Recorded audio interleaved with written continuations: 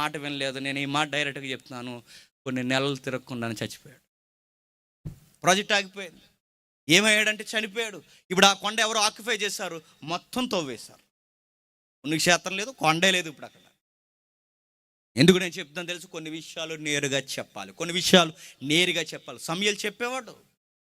సమయలు ఏదన్నా ఊరికి వెళ్తా ఊరి పెద్దలు అనేవారట, అయ్యా అయ్యా ఎందుకు వచ్చారా, ఏమైనా మా ఊర్లో ఏమైనా తప్పుందా చెప్పండి అయ్యా, మా ఊర్లో పిల్లలు ఏమైనా తేడాగుంటే చెప్పండి, మేము సరి చేసుకుంటాం అనేవారు. ఒక దైవజుడికి అంత గౌరవించేవారు ఆ రోజుల్లో. ఏదన్నా ఊరు ఆ దైవజనుడు వెళ్తే పెద్దలందరూ లేచి నిలబడేవారు, రాజులందరూ లేచి నిలబడేవారు. ఆ ఊరి గవని ఎద్దుకు ఇంకా వస్తుండగానే భయపడిపోయి, మాలో తప్పులే ఉంటే చెప్పండి, దేవుడు ఏమన్నా సెలవిచ్చాడా, జవాబుగానే వస్తున్నారా, సమాధానంగానే వస్తున్నారా, మా ఊర్లో చీడపీడ ఏమన్నా ఉంటే చెప్పండి, మేము సరి చేసుకుంటామని ఒక పాస్టర్కి భయపడిపోయేవారు. ఆ పాస్టర్ పేరు సమూయేలు.